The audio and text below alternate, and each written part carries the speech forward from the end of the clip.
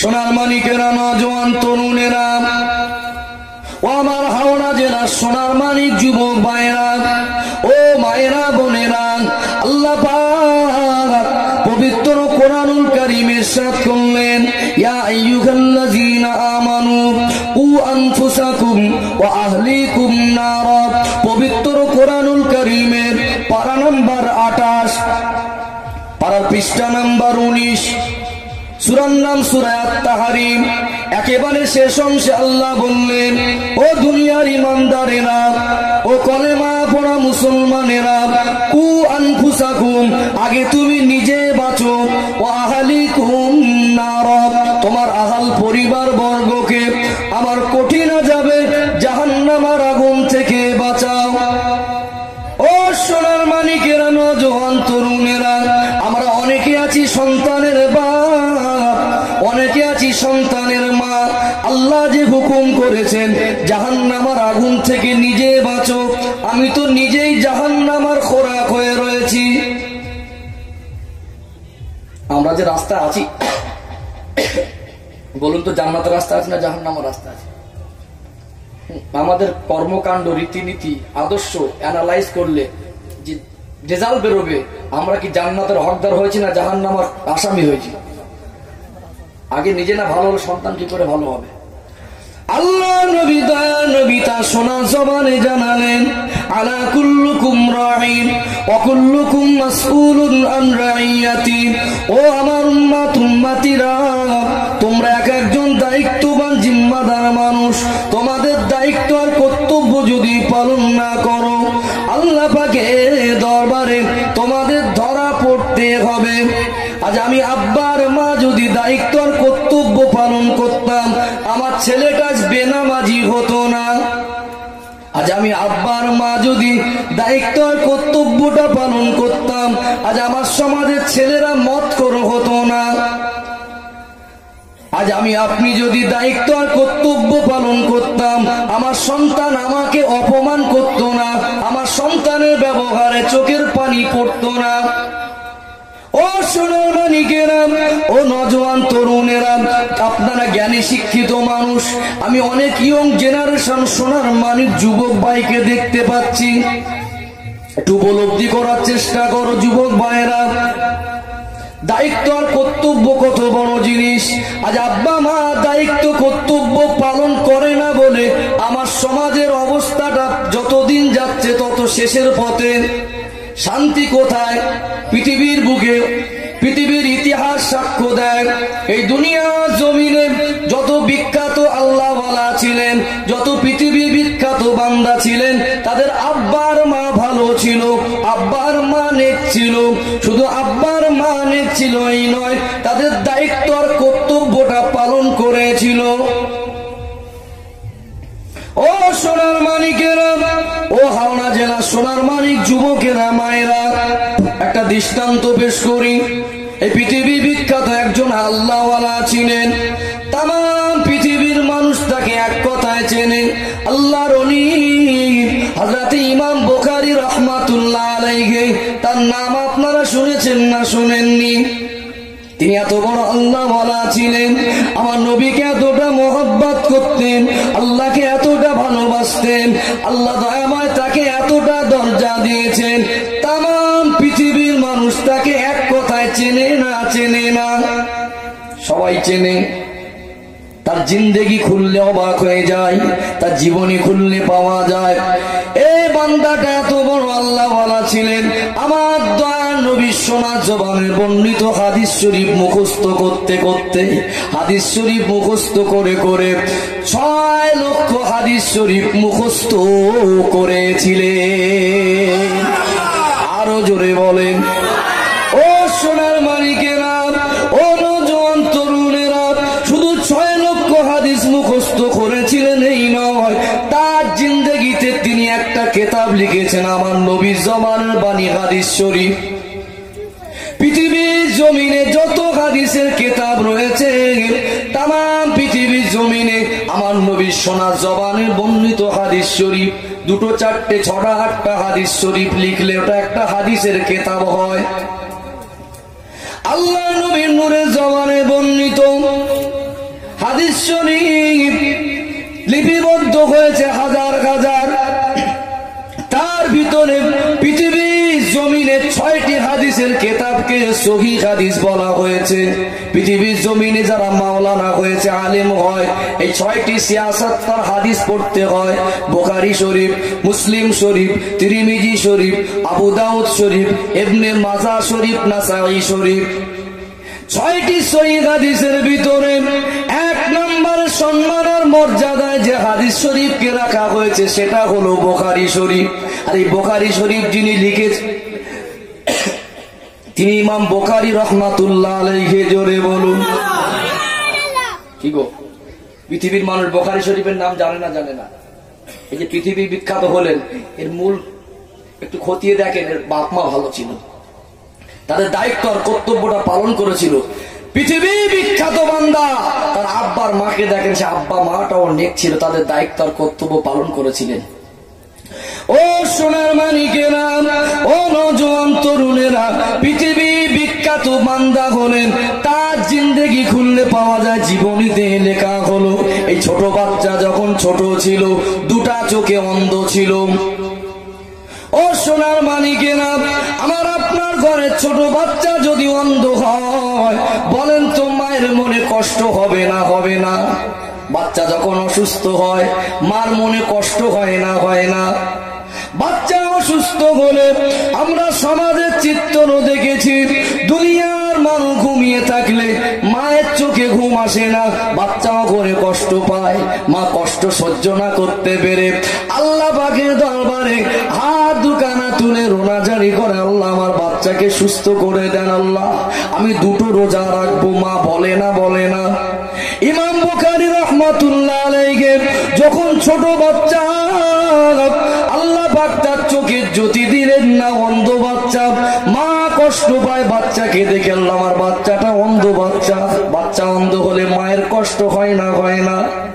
মা নামাজের পাটিতে বসে নামাজ পড়ে আল্লাহর দরবারে হাত দুখানা তুলে রোনাজারি করে, ও দয়াময় স্রষ্টা রব্বুল আলামিন আল্লাহ পাক, আপনি কি আমার বাচ্চার চোখের জ্যোতিটা ফিরিয়ে দিতে পারেন না?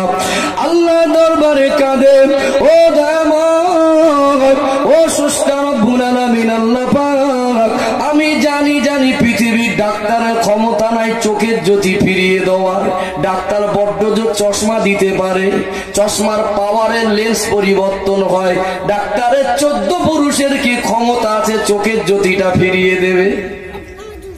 আল্লাহর ওলির মা কাঁদে, আল্লাহ আমার বাচ্চাকে আপনি কি চোখের জ্যোতি ফিরিয়ে দিতে পারেন না? আমার দয়ার নবী তার সোনার জবানে বললেন, বাবার মা যদি নেক হয়, আব্বার মা যদি দোয়া করে, ওই দোয়াটা আল্লাহ পাকের দরবারে পৌঁছাবার জন্য কোনো পর্দা থাকে না, বিগয়রি হিজাব সরাসরি আল্লাহ পাকের দরবারে পৌঁছে যায়। মায়ের দোয়াকে ফেরালেন না, মা নামাজের পাটিতে বসে বাচ্চার জন্য কাঁদে, রোনাজারি করে, আল্লাহ মায়ের চোখের পানিকে কবুল করে সোনার মানিক কলিজার টুকরা বাচ্চা ইমাম বুখারী হুজুরের অন্ধ বাচ্চার চোখে জ্যোতিটাকে ফিরিয়ে দিয়েছিলেন। আরো জোরে বলে। আজও তো আমার মায়েরা দোয়া করে, কি করে না? করে না? আমাদের মায়েদের বলার কত কাজটা জানেন? হ্যাঁ কচি, তুই তো আমার সোনার মানিক, আর আমি তোর মা, তোর জন্য কি আমি দোয়া করিনি? তোর জন্য দোয়া করবো না তা কার জন্য করবো? কি গো, বলে না? বলে না? আমাদের মায়েদের দোয়া কি কবুল হচ্ছে? বলে। কারণ কি? আমাদের মায়েদের দোয়া কি কবুল হচ্ছে? কিন্তু কারণ কি?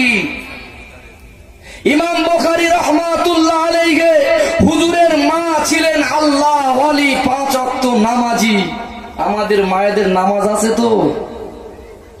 ইমাম বুখারী রাহমাতুল্লাহ আলাইহির মা ছিলেন আল্লাহ ওয়ালি, শুধু নয় পর্দা নাসিনা, পর্দা করতে। আমাদের মায়েদের পর্দা আছে তো?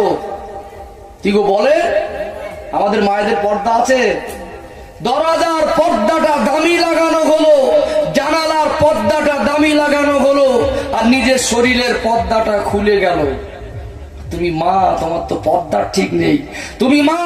ইমাম বুখারী রাহমাতুল্লাহ আলাইহির মা ছিল 5 ওয়াক্ত নামাজি, তুমি তো দিনে 5 বার করে গান শোনায় ব্যস্ত থাকো, তোমার দোয়া তো আসমানে প্রথম আসমান পর্যন্ত পৌঁছায় না, কথা ঠিক না ভুল?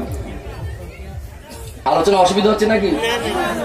ও সোনার মানিকেরা, ও আমার মুরব্বিয়ান, আব্বা জানেরা, মায়েরা, বোনেরা, আপনারা জ্ঞানী শিক্ষিত মানুষ একটু উপলব্ধি করার চেষ্টা করুন। অন্ধ বাচ্চা ছিলেন, এই ছোট বাচ্চার মায়ের দোয়াটা আল্লাহ দয়াময় কবুল করে সোনার মানিক বাচ্চার চোখের জ্যোতিটা ফিরিয়ে দিয়েছিলেন। জোরে বলুন সুবহানাল্লাহ। মায়ের দোয়া কবুল হয়েছিল, তার কারণ ছিল মা ছিলেন নামাজি, মা ছিলেন আল্লাহওয়ালি, পর্দানাসীনা, মা ছিলেন কোরআন পড়নেওয়ালি।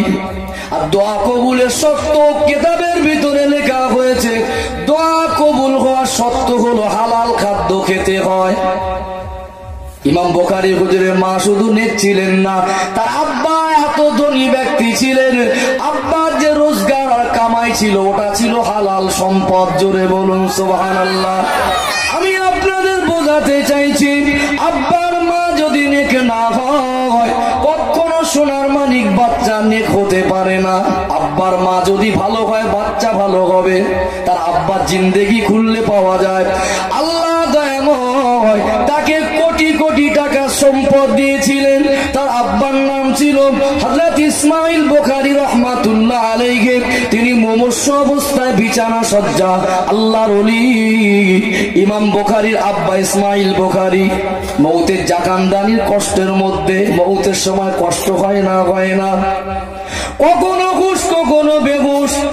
আমার সমাজে যখন মানুষ বিছানা সজ্জা হয়ে যায়, শরিয়াত বলছে তাকে কলেমা শরীফের তালকিন দাও। কলেমার তালকিন মনে কলেমা পড়ো, কলেমা পড়ো, হুকুম করা যাবে না। তাকে কলেমা শরীফের তালকিন মনে মধুর সুরে তার মাথার দ্বারে বসে বসে কলেমা শরীফটা শোনাও।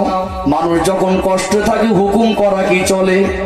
বাচ্চা কষ্টে থাকলে অনেক সময় আব্বা হুকুম করলে বলে আমি করতে পারবো না।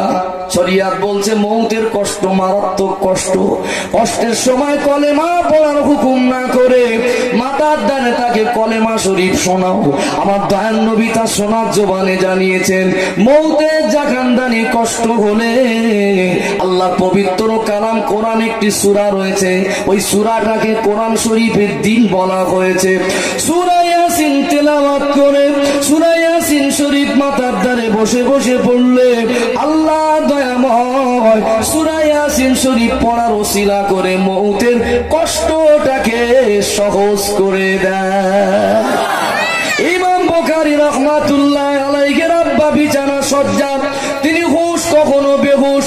তিনি 3 বার একটি আওয়াজ করেছিলেন লা লা লা। আরবি শব্দ লা মনে না। আল্লাহর ওলিরা মৌতের আগে শেষ মুহূর্তে কিছু তো বোঝাতে চায়। আল্লাহর ওলি ভক্ত মুরিদানেরা মুহিব্বিনেরা জিজ্ঞাসা করেন, ও আল্লাহর ওলি, ও ইসমাইল বুখারী, আপনি কি বোঝাতে চাইছেন? বুঝতে পারলাম না, 3 বার কেন না বললেন? আল্লাহর ওলি তিনি বলছেন, আমি এখন আমার মনে হয় দুনিয়ায় বেশিক্ষণ আল্লাহ আমায় রাখবে না। আমার অন্তরে খেয়াল আসলো দুনিয়া ছেড়ে চলে যাব, আল্লাহ দরবারে গিয়ে কি হিসাব দেব? আল্লাহ যদি জিজ্ঞাসা করে, ও ইমাম বুখারীর আব্বা, ও ইসমাইল বুখারী, দুনিয়ার বুকে তুমি কি এমন ইবাদত করে এসেছো? ওই সময় বলবে, আল্লাহ আমি দুনিয়ার বুকে ইবাদত কিছু করতে পারি না। আমার একটা আমল খাঁটি, আমি জীবনে একটা আমল সলিড ভাবে করেছি। আপনি আমায় কোটি কোটি টাকা সম্পদ দিয়েছিলেন, ওই সম্পদ বিবি বাচ্চার জন্য সেটা ছেড়ে এসেছি। 100% হালাল সম্পদটা রেখে এসেছি। আরো জোরে বলেন। মার দোয়া কবুল হয়েছিল, স্বামীর রোজগারটা হালাল ছিল না হারাম ছিল? বুকে হাত দিয়ে বলেন, আমার যে সম্পদ আছে হারাম না হালাল? বুকে হাত দিয়ে বলেন তো হালাল। আজ দুঃখ লাগে, ভারাক্রান্ত হৃদয় নিয়ে বলি, আমার সমাজের বহু মানুষকে দেখা যায় লাঠির পাটির বল আছে, অর্থের বল আছে, খানদানের বল আছে, গরিবের জায়গা 4 হাত ঠেলে রেখেছে। এরকম পার্টি আছে না নেই? আপনাদের উলুবেড়িয়া হাওড়া জেলায় একটাও নেই। কি গো বলে? আমার সমাজের বাস্তব চিত্র ভারাক্রান্ত হৃদয় নিয়ে বলতে হয়। অনেক মানুষ আছে পাশাপাশি চাষ করে, চাষের চাষের জমি, একজন নরম আর একজন গরম। উজু করে মসজিদে নামাজ পড়ে, উজু ভাঙিনি, কোদাল টালিয়ে খেতে যায়, আর ঠেলে ঠেলে 4 হাত গরিবের দিকে ঢুকে গেছে, আছে না নেই? আমার সমাজের অনেক মানুষ আছে টাকা নিয়ে সুদে খাটা, এরকম পার্টি আছে না নেই? আমার সমাজের অনেক ভদ্র ডাকাত আছে, এরা লেখাপড়া শিখে শিক্ষিত হয়েছে, ডিগ্রি অর্জন করেছে, মানুষত্ব অর্জন করতে পারেনি, গরিব বিপদে পড়ে দরবারে যায়, ঘুষ চায়, কি আছে না নেই? চাকরি করে ওসি, ডিএম, কোর্টের উকিল, ডিগ্রি অর্জন করেছে, কিন্তু মানুষত্ব অর্জন করতে পারেনি, বিপদে পড়লে তার কাছে ঘুষ খায়, আছে না নেই? ভারতবর্ষের নেতা নিম্ন স্তর থেকে উচ্চ স্তর পর্যন্ত সবাইকে বলবো না, তবে বেশিরভাগ চাকরিজীবীর ভিতরেও বহু ঘুষখোর আছে না নেই? বলছে কচি আমি তোর বাপ, তোর জন্য কেন আমি দোয়া করিনি? কি করে দোয়া করলে উঠবে তো? দোয়া কবুলের শর্ত হলো হালাল খাদ্য ভক্ষণ করতে হয়, কথা ঠিক না ভুল? ইমাম বুখারী তো ছোটবেলায় পৃথিবী বিখ্যাত বাচ্চা হলেন, সে তো অন্ধ ছিল, তার আব্বার মা নেক ছিল বলে, মা আল্লাহ ওয়ালি ছিলেন বলে, মা পর্দানশীনা ছিলেন বলে, আর তার স্বামীর রোজগারটা হালাল ছিল বলে, আর সেই বাচ্চাটা পৃথিবী বিখ্যাত হলো, জোরে বলে। কি গো, আমার দায়িত্ব আর কর্তব্য কি পালন করেছি? তিনি বুখারী শরীফ লিখেছেন 6 লক্ষ হাদিস মুখস্থ করেছিলেন, আরেকবার জোরে বলেন। আর আমাদের এই সমাজের এই করুণ পরিস্থিতি কেন একটু বাস্তব চিত্র মেলা, এটা হচ্ছে পয়েন্ট নাম্বার 1, একটা দৃষ্টান্ত ইমাম বুখারী হুজুরের দিলাম। এবার আমাদের একটু চিত্র তুলে ধরি। আমাদের ছেলেরা কেন বাপকে মারছে, আমাদের ছেলেরা কেন আজ মদখোর, গাঁজাখোর, তাড়িখোর, সুদখোরের কারণটা একটু বলি। আমাকে একজন বলছিলেন, হুজুর এত জলসা দিয়ে নামাজ পড়ে না, নামাজ কেন পড়ে না, সেই অবস্থা কি করবে? বাবা সুবহানাল্লাহ রস খুব শুনতে ভালো লাগে, আলহামদুলিল্লাহ রস শুনতে ভালো লাগে, আস্তাগফিরুল্লাহ নাউজুবিল্লাহ রসটা শুনবেটা কে? মার খাওয়াও সুন্নাত আর মিষ্টি খাওয়াও সুন্নাত। মিষ্টিটা খেতে ভালো লাগে, মার খেতে কি ভালো লাগে? আমার নবী মারও খেয়েছিলেন না, খাইনি গো? হ্যাঁ, নামাজ পড়ে না, কিন্তু কেন পড়ে না এই রোগটাকে ধরবে। আর সেই নামাজ কেন পড়ে না তার ওয়াজ হচ্ছে।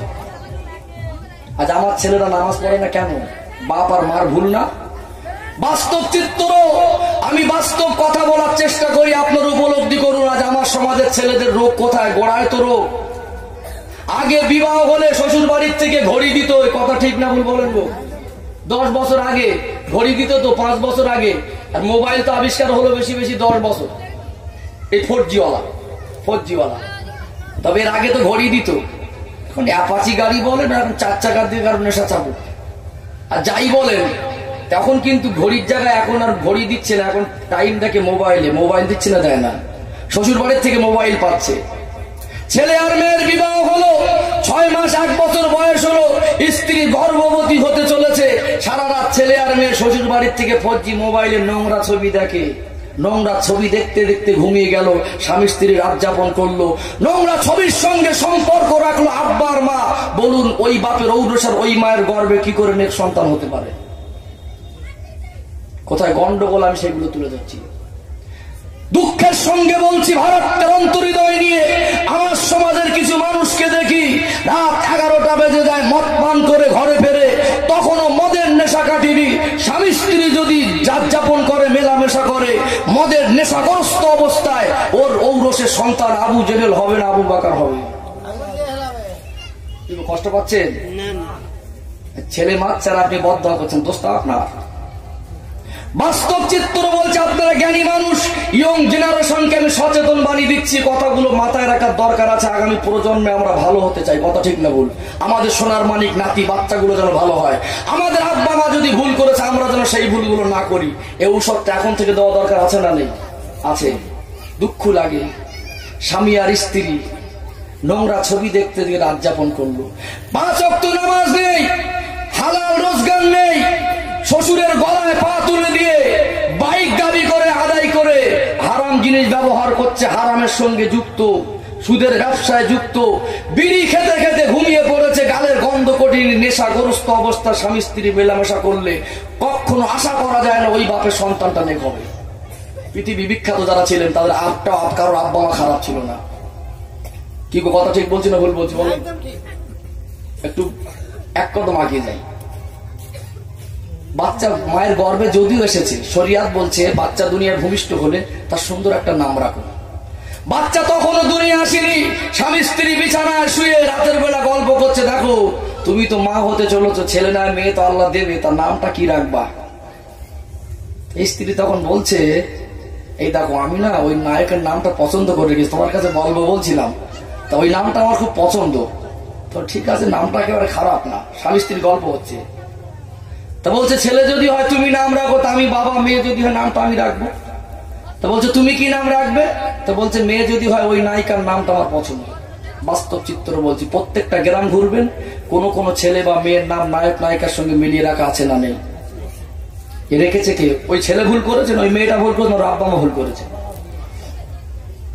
ও সোনার মানিকেরা, ও হাওড়া জেলার তরুণ যুবক ভাইয়েরা, মুরব্বিয়ানেরা, মায়েরা, বোনেরা, আপনারা জ্ঞানী মানুষ উপলব্ধি করুন, শরিয়াত বলছে কোন বাচ্চা যদি দুনিয়ায় ভূমিষ্ঠ হয়, ওই বাচ্চা যদি হিন্দুর ঘরে আসে, ওই বাচ্চা যদি খ্রিস্টানের ঘরে আসে, ওই বাচ্চা যদি ইহুদির ঘরে আসে, ওই বাচ্চা যদি আদিবাসী দলিতের ঘরে আসে, আল্লাহ দয়াময় স্রষ্টা প্রত্যেকটা সোনার মানিক বাচ্চাকে মুসলমান করে দুনিয়ায় পাঠায়। আরো জোরে বলেন, এ বাচ্চা তো হিন্দু আদিবাসী দলিতের ঘরের বাচ্চা নয়, এ বাচ্চাটা তো ইহুদি খ্রিস্টানের ঘরের বাচ্চা নয়, এ বাচ্চাটা ইমানদারের ঘরের বাচ্চা। সোনার মানিক বাচ্চা যদি দুনিয়ায় ভূমিষ্ঠ হয়, শরিয়াত বলছে ওই বাচ্চাটা সুন্দর নাম রাখো। একটা নাম পছন্দ করো নবীদের নামের মতো নাম, একটা নাম পছন্দ করো সাহাবা হুজুর আল্লাহওয়ালাদের নাম। আমার আব্বা মা ভুল করে যে নামটা রেখেছে, নামটা যারা জাহান্নামের খোরাক হয়েছে, নায়ক আর নায়িকার সঙ্গে নামটা মিলিয়ে রেখেছে না রাখিনি? আরে দুঃখ লাগে, নাম রাখা আব্বা মা ভুল করেছে না করিনি? জন্মের সময় ভুল করেছে না করিনি? এই বাচ্চা ভূমিষ্ঠ হলো, শরিয়াত বলছে সুন্দর নাম রাখো, কেননা কিয়ামতের ময়দানে নবী বললেন ওই বাচ্চার নাম আর ওর আব্বার নাম ধরে আল্লাহর দরবারে ডাকা হবে। আল্লাহ নবী বললেন বাচ্চা ভূমিষ্ঠ হলে তাকে ওই বাচ্চার নাম রাখো আর আকিকা করে দাও। আকিকা করে দেওয়াটা সুন্নাত। আজ মুসলমানের ঘরে দেখি নবীর সুন্নাতটাকে দূরে সরিয়ে দিয়ে আকিকার নামও নেয় না, নাম রাখাটা ভুল করেও 21-এ কামানা 40-এ বড়দিন হচ্ছে না, হয় না, নাম রাখায় ভুল। আকিকাটা সুন্নত করে দেওয়া দরকার ছিল। ওই বাচ্চার 1 বছর বয়স হলো, তখনও আকিকা হলো না। আব্বার মা বন্ধু বান্ধবের দাওয়াত করে বলছে হ্যাপি বার্থডে টু ইউ। ভুল হয়েছে না হয়নি? এটা বাস্তব চিত্র। এবারে আর এক কদম আগে, আর পয়েন্ট নাম্বার 2, আর একটা দৃষ্টান্ত দেবো। পৃথিবীর বুকে যারা বিখ্যাত ছিলেন তাদের আব্বা আর মা বিখ্যাত ছিল। ও সোনার মানিকেরা, নওজোয়ান তরুণেরা, পৃথিবীর ইতিহাসে দেখা গেছে আব্বার মা যদি নেক না হয়, আব্বার মা যদি দায়িত্ব আর কর্তব্য পালন না করে, কখনো বাচ্চা নেক হওয়ার আশা করা যায় না। পয়েন্ট নাম্বার 2 দৃষ্টান্ত পেশ করছি, আপনারা জ্ঞানী মানুষ উপলব্ধি করুন। এই পৃথিবীর বুকে 2টো যুবক ছিল, পৃথিবী বিখ্যাত শ্রেষ্ঠ যুবক। আপনারা পবিত্র জুমার দিনে মসজিদে যান নামাজ পড়তে, ইমাম সাহেব 2টো খুতবা পড়ে না? প্রথম খুতবা, দ্বিতীয় খুতবা। এই দ্বিতীয় খুতবার ভিতরে ইমাম সাহেব একটি হাদিস শরীফ পড়ে। ইমাম সাহেবের জবানে আপনারা প্রত্যেক জুমায় শোনেন, বলেন আল হাসানু আল হুসাইনু সাইয়্যিদা শাবাবি আহলিল জান্নাহ। এই শব্দটা শোনেন না? এটা হলো নবীর জবানে, নূরের জবানে বর্ণিত হাদিস। আল্লাহ নবী বললেন আল হাসানু আল হুসাইনু সাইয়্যিদা শাবাবি আহলিল জান্নাহ। ও সোনার মানিকেরা, নওজোয়ান তরুণেরা, আল্লাহ নবী বললেন জান্নাতের ভিতরে যত যুবক জান্নাতি হবে, তাম জান্নাতি যুবকদের সরদার আল্লাহ আমার কলিজার টুকরা 2টা নাতি, একজন ইমাম হাসান, অপরজন হলেন ইমাম হোসাইন। কলিজার টুকরা 2টা নাতিকে করেছে। জোরে বলেন না, আর দিল খুলে বলা যায় না? নারাই তাকবীর, নারাই তাকবীর।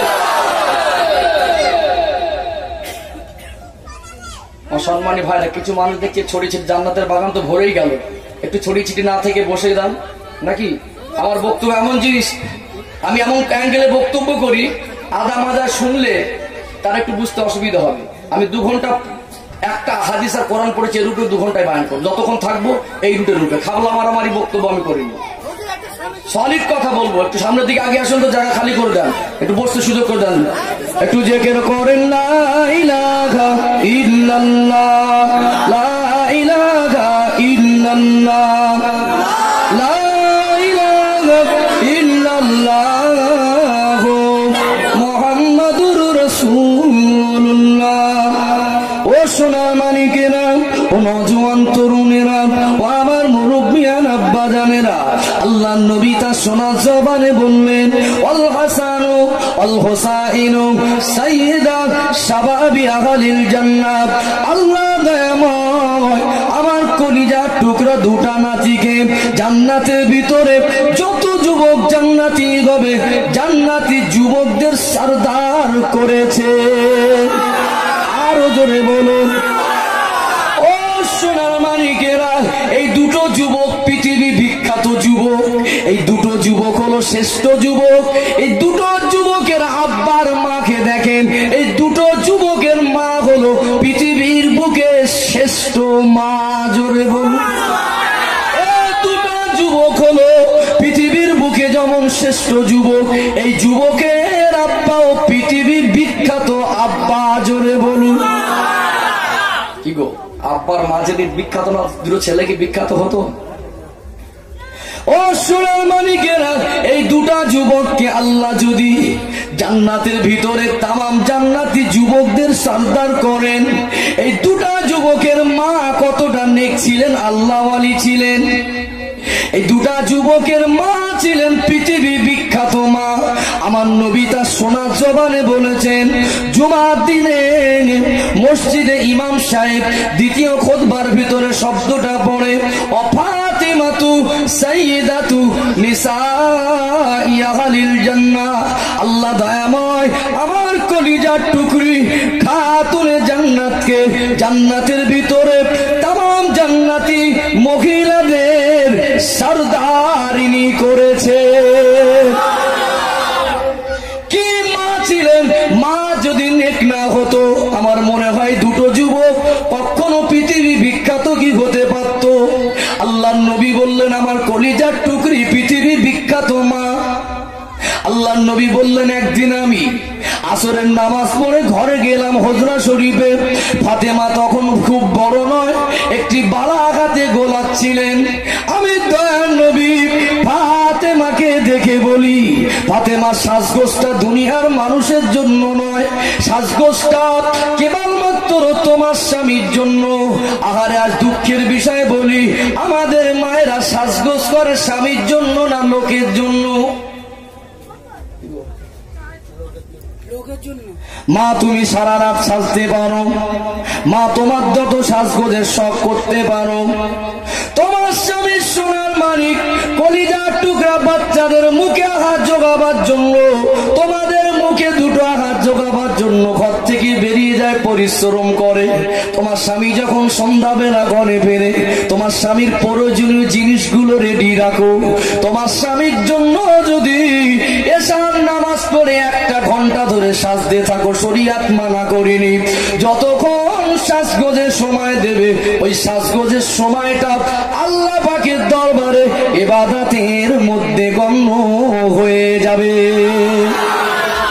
আহারে মায়েরা বোনেরা, দুঃখ লাগে, আমার মায়েরা স্বামীর খেয়াল করে না, স্বামীর জন্য সাজগোজ করে না।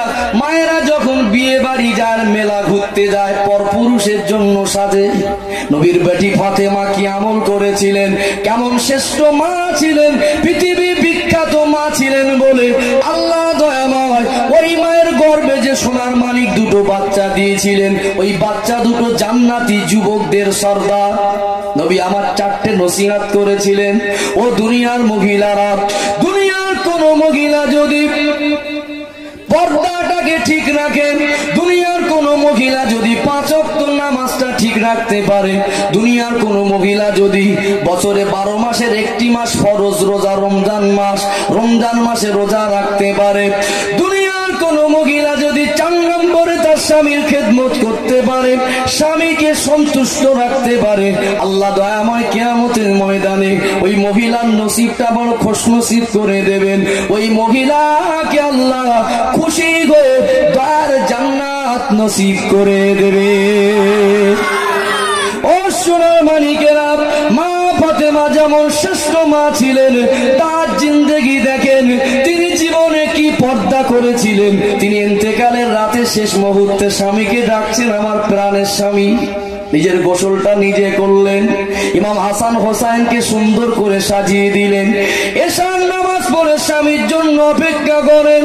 আল্লাহ নবীর জামাতা হযরত আলী রাদিয়াল্লাহু তাআলা আনহু এশার নামাজ পড়ে মদিনা শরীফ থেকে ঘরে ফিরলেন, স্বামীকে সালাম দিয়ে ঘরে তুললেন। আমার প্রাণের স্বামী, আমি আল্লাহ নবীর বেটি হলেও তো তোমার স্ত্রী, স্ত্রীর প্রতি স্বামীর অনেক হক থাকে, তুমি আমার প্রাণের স্বামী, হকগুলো আমি ঠিক মতো আদায় করতে পারিনি। আপনি আল্লাহ নবীর জামাই, আপনি আমাকে মাফ করে দেন। আল্লাহ নবীর জামাই হযরত আলী রাদিয়াল্লাহু তাআলা বলে, ফাতেমা এমন কথা তো কোনোদিন তুমি বলো না, আজকে তুমি এমন কথা কেন বলছো? আল্লাহ নবী কলিজার টুকরি খাতুনে জান্নাত হযরত ফাতেমা রাদিয়াল্লাহু তাআলা বললেন, প্রাণের স্বামী, আজ রাতটা হলো জীবনের শেষ রাত। দুটা চোখ থেকে পানি ঝরে। ও আমার প্রাণের স্বামী, আমার আব্বা যখন জ্বরে আক্রান্ত ছিল, আব্বার কষ্ট দেখে আমি ফাতেমা কাঁদতেছিলাম। আমার আব্বা জান আমাকে সান্ত্বনা দিয়ে বলেছিল, ফাতেমা কেঁদো না, কেঁদো না ফাতেমা, ফাতেমা চোখের পানি ফেলো না ফাতেমা। আমার খানদানের ভিতরে সর্বপ্রথম আমি দয়ার নবীর সঙ্গে তোমার দিদার হয়ে যাবে। আমি ফাতেমা, আজকে আব্বা জানের ইন্তেকালে 6 মাস অতিবাহিত হয়ে গেছে, আজ রাতটা হলো আমার জীবনের শেষ রাত। আমার ব্যবহারে যদি কষ্ট পান, খেদমতে যদি ত্রুটি হয়, মাফ করে দেন। দ্বিতীয় দাবি হলো, আমার দুটা কলিজার টুকরা বাচ্চা, একজন হলেন ইমাম হাসান, অপরজন হলেন ইমাম হোসেন। এই দুটা কলিজার টুকরা বাচ্চাকে আপনার হাওয়ালায় রেখে যাচ্ছে, আপনি যেন কষ্ট দেবেন না। আল্লাহ নবী জামাই কাঁদে, আল্লাহ নবীর কলিজার টুকরি খাতুনে জান্নাত কাঁদে। আল্লাহ নবী কলিজার টুকরি কেঁদে কেঁদে বলেন, ও আমার প্রাণের স্বামী, ও আল্লাহ নবীর জামাতা, ও ইমাম হাসান হোসেন আব্বা জান, আমার জীবনের শেষ বিদায়ী দাবি, আমার ইন্তেকালের পরে যেন আমার মাটি মঞ্জুর দাফনের ব্যবস্থাটা দিনের বেলা করবেন না। আমার আব্বা আমাকে পর্দার কথা বলেছিলেন, আমি ফাতেমা, আমি এতটা পর্দা করেছি, আজ দুনিয়ার মানুষ জানে না নবীর বেটি লম্বা না খাটো। আমার জানাজা যদি দিনের বেলা হয়, আমার লাশটাকে যদি দুনিয়ার মানুষ দেখে ফেলে, আমার লাশকে দেখে তখন অনুভব করবে নবীর বেটি লম্বা না খাটো, নবীর বেটি চিকন না মোটা। আমি আব্বার ওই হুকুমটা পালন করেছি, কেননা আল্লাহ কোরআন শরীফে বললেন, অকর্ণা ফি বুয়ুতিকুন্না ওয়ালা তাবাররাজনা তাবাররুজাল জাহিলিয়াতিল উলা। আল্লাহ বলেছেন, দুনিয়ার মহিলারা, তোমরা জাহিলিয়াতের যুগের নারীদের মতো উলাঙ্গপনা বেহায়াপনা হয়ে খোলামেলা ভাবে বেরিও না। আমি আল্লাহর হুকুমটা এতটা পালন করেছি। আপনার কাছে বিদায় দাবি, আমার সারা জীবনের পর্দাটাকে বজায় রেখেছি, মরণের পরে যেন আমার পর্দাটা বজায় থাকে। আরো জোরে বলুন। ও সোনার মানিকেরা, দৃষ্টান্ত দিচ্ছিলাম, পৃথিবীর বুকে যেমন শ্রেষ্ঠ জননী মা ছিলেন, আল্লাহ দয়াময় ওই মায়ের গর্ভে যে দুটো বাচ্চা দিয়েছিল, ওই বাচ্চা দুটো শ্রেষ্ঠ। আর ওই সোনার মানিক কলিজার টুকরা দুটা বাচ্চাকে আল্লাহ দয়াময় জান্নাতি যুবকদের সরদার করেছে। আপনার ছেলে আপনাকে মারছে, আপনার ছেলে বিড়ি খায়, আপনার ছেলে মদ খায়, আপনার ছেলে নামাজ পড়ে না, দোষটা আপনি মার, আপনার আব্বার, ছেলের আব্বার মার দোষ, দায়িত্ব কর্তব্য পালন করিনি। নবীর বেটি ফাতেমা তো তাহাজ্জুদের নামাজ কাজা হতো না, আর আমাদের মায়েরা তো গর্ভবতী মা, গর্ভে বাচ্চা নিয়ে সিরিয়াল কাজা করে না। বলে নবীর বেটি ফাতেমা তাহাজ্জুদের নামাজ কাজা ছিল না, আর আমাদের মা ফাতেমারা ভুল করে একদিনও সিরিয়াল কাজা করে না, কাজা তোলে। নবীর বেটি ফাতেমা কোরআন তেলাওয়াতে মশগুল থাকতেন, আর আমাদের মা ফাতেমারা তো নোংরা ছবিতে মশগুল থাকে। বলে নবীর বেটি ফাতেমা ইন্তেকালের মুহূর্তে নবীর কলিজার টুকরি খাতুনে জান্নাত ফাতিমাতু সাইয়্যিদাতু নিসাইয়া আহলিল জান্নাহ, তিনি বলছেন আমার প্রাণের স্বামী, আমার খেদমতে যে ত্রুটি হয় ক্ষমা করে দেন। এখন আমাদের মা ফাতেমাদের স্বামী খেদমত করলে ভালো হয়। বলে বলে ভাত দাও তো বলে খুলে খাও, বলে পানি দাও তো বলে ঢেলে খাও। এখন বলে একটা মারলে আর একটা বেড়ে আদায় করবো, কি গো বারুদ 420, 11,000, 33,000, মানে গায়ে বাড়ি মারার মতো নেই। বাচ্চা ভালো হবে? মা তো যন্ত্র। ও সোনার মানিকেরা, দুঃখ নেবেন না, ব্যথা নেবেন না। শুধু মা ছিল নেকটাই নয়, তার আব্বা ছিল পৃথিবীর বুকে বিখ্যাত আব্বা। জোরে বলুন আল্লাহ নবী তার সোনার জবানে ফরমালেন, আমার কলিজার টুকরি খাতুনে জান্নাত হযরতে ফাতেমা রাদিয়াল্লাহু তাআলা যখন বিয়ের বয়স হলো, আমি নবী একটু চিন্তিতর মধ্যে পড়ে গেলাম। বলুন তো, মেয়ে যখন বড় হয়, মেয়ে যখন সাবালিকা হয়, বিবাহের পর্যাপ্ত বয়স পায়, আব্বার মা চিন্তা বাড়ে না কমে? আমার কলিজার টুকরা সোনার মানিক বাচ্চাকে কার হাতে তুলে দেবো, না জানি কেমন জামাই হবে। ওই জামাইটা সৎ হবে না অসৎ হবে, ওই জামাইটা নামাজি হবে না বেনামাজি হবে, ওই জামাইটা মদখোর হবে না গাঁজাখোর হবে, চিন্তা বাড়ে না বাড়ে না? আল্লাহ নবী যখন মনে করলেন আমার কলিজার টুকরি খাতুনে জান্নাতের বিবাহের বয়স পর্যাপ্ত হয়েছে, নবী আমার ভাবতে লাগলেন কোন জামাইয়ের হাতে তুলে দেব। আল্লাহ নবী বলেন, মদিনার জমিন থেকে ধনী ধনী ব্যক্তিদের বাড়ির থেকে প্রস্তাব আসে, ইয়া রাসূলুল্লাহ, ইয়া হাবিবাল্লাহ, আপনার কলিজার টুকরি খাতুনে জান্নাতকে আমার বাড়ি আপনি ছেড়ে দেন। আমার ছেলেটা যোগ্য ছেলে, আমার বাড়ি চাকর বাকর দাসী আছে, সংসারের কোনো কাজ করতে হবে না, আপনার মেয়ে সাংসারিক জীবনে কোনো কষ্ট পাবে না। আল্লাহ নবী রাজি হলেন না। আল্লাহ নবী ডাকলেন, ও বাবা আলী, আমি আমার কলিজার টুকরি খাতুনে জান্নাতের স্বামীর যোগ্য হিসাবে মদিনার জমিনে তুমি আলী ছাড়া আর কাউকে দেখছি না।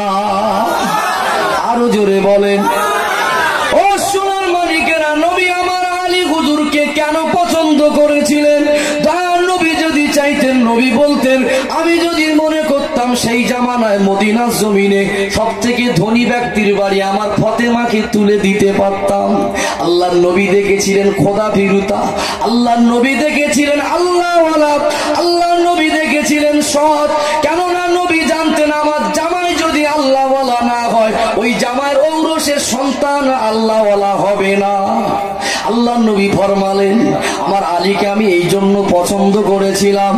আল্লাহ দয়াময়, আমি দয়ার নবীকে 40 বছর বয়সে নবুয়ত দিলেন। 40 বছর বয়সে নবুয়ত পেয়ে আমি 3 বছর গোপনে গোপনে ইসলাম প্রচার করলাম। আমি দয়ার নবী যখন কলেমার বাণী প্রচার করছিলাম, আমি দয়ার নবীর হাতে হাত দিয়ে মক্কা জমিনের সব থেকে ছোট বালক যে আমার হাতে হাত দিয়ে প্রথম কলেমা পড়েছিল, ওই বালক ছেলেটা অন্য কেউ নয়, ওই ছোট বালকটা হলো আমার জামাই হযরতে আলী। আরো জোরে বলেন। আল্লাহ নবী তার সোনা জবানে ফরমালেন, ও বাবা সাহাবারা, আমার আলীর ভিতরে আল্লাহর এতটা মহব্বত প্যারকে জাগা দিয়েছে। আমার আলী আমি নবীকে এতটা মহব্বত করে, আল্লাহ আলীর উপরে এতটা খুশি, আল্লাহ আলীকে একটা স্পেশাল মর্যাদা দিয়েছেন। নবী তার সোনা জবানে বললেন, আনা মাদিনাতুল ইলমি ওয়া আলিয়ুন বাবুহা। আল্লাহ দয়াময় আমি নবীকে জ্ঞানের শহর করেছেন, আর ওই জ্ঞানের দরওয়াজাটা আমার জামাই আলীকে দান করেছে। কি জামাই পছন্দ করলেন?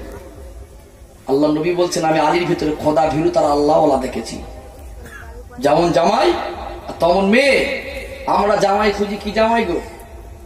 আগে তো জামাই পছন্দ করতো শ্বশুররা, মেয়ের বাপ, এখন জামাই পছন্দ করছে শাশুড়িরা। তবে আপনাদের হাওড়া জেলার মায়েরা খুব ভালো, সব মা ফাতেমা। বলছে তুমি যাই করো করো, জামাই যে হবে একবার আমি দেখবো। কি গো বলে? আপনাদের দোষ দিচ্ছি না আমি কারো। দুঃখের সঙ্গে বলি, ভাইপোর বিয়ে খেতে যাচ্ছে চাচি, এর থেকে আর লজ্জার বিষয় কিছু হতে পারে? ভাইপোর বিয়ে খাওয়ার শখ হয়েছে চাচি রে, চাচি না আবু জেহেলের চাচি। রাগ করছেন নাকি? ও সোনার মানিকেরা, ও নওজোয়ান তরুণেরা, ও হাওড়া জেলার সোনার মানিক যুবকেরা, মায়েরা, দুঃখ করবেন না, বাস্তব কথাগুলো তুলে ধরছি, আপনি একটু উপলব্ধি করুন। আল্লাহ নবী তার কলিজা টুকরিকে একজনের যোগ্য জামাই খুঁজতে খুঁজতে আলীকে বললেন, আলী আমার চোখে ফাতেমার যোগ্য, তোমাকে ছাড়া কাউকে দেখছি না। কেমন জামাই পছন্দ করলেন? আল্লাহ নবী আলীকে ডাকলেন, ও বাবা আলী, আমার ফাতেমাকে তোমার হাতে তুলে দেবো, তোমার কাছে কি কোন সম্পদ আছে, অর্থ আছে আমার ফাতেমার দিন মহরটা দেওয়ার জন্য? আল্লাহ নবীর সামনে আদবে দাঁড়িয়ে, ইয়া রাসূলুল্লাহ, ইয়া হাবিবাল্লাহ, আমি আপনার জামাই আলী, আমার কাছে তেমন কোন সম্পদ নাই, অর্থ নাই, হুজুর আমি দেন মহরের টাকা দেবো, অতটা অর্থ আমার কাছে নাই। আল্লাহ নবী বলেন, তোমার কাছে যদি অর্থ দিরহাম না থাকে, তোমার কাছে কোন সম্পদ আছে?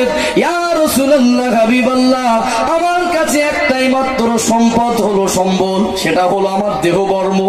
এই জামানায় সেনারা বুলেট প্রুফ ব্যবহার করে, সেই জামানায় যুদ্ধের ময়দানে যাওয়ার আগে শরীরে একটা লোহার পোশাক পরিধান করত, তাকে দেহবর্ম বলা হয়।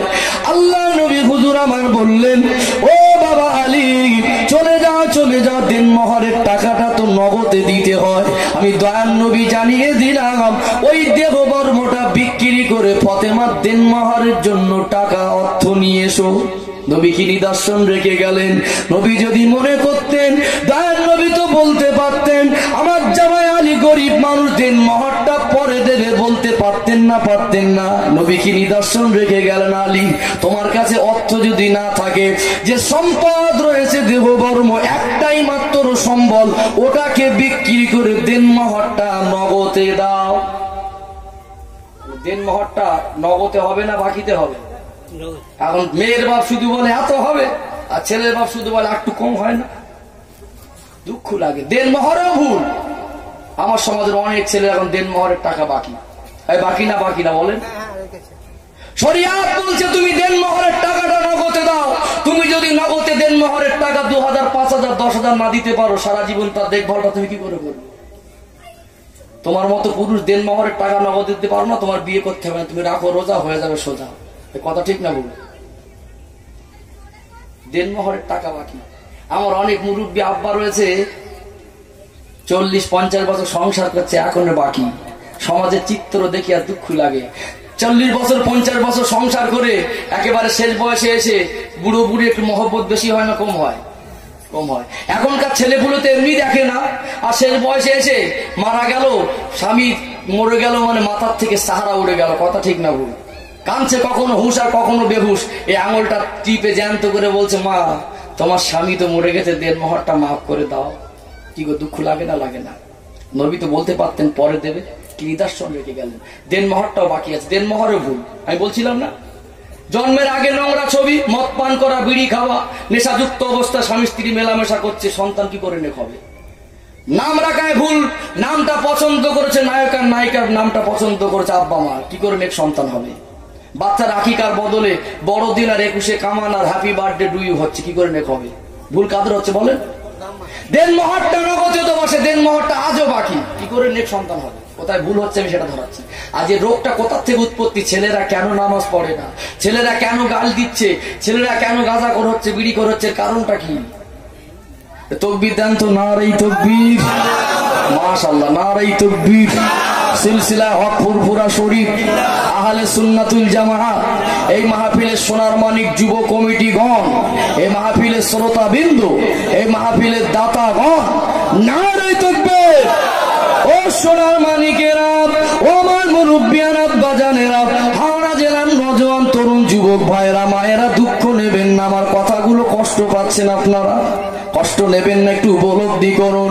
আমি বলতেছিলাম দুটো যুবক ছিল পৃথিবীর বুকে শ্রেষ্ঠ যুবক, জান্নাত সর্দার, এই দুটো যুবকের আব্বার মা ছিল শিষ্ট, কথা ঠিক না ভুল?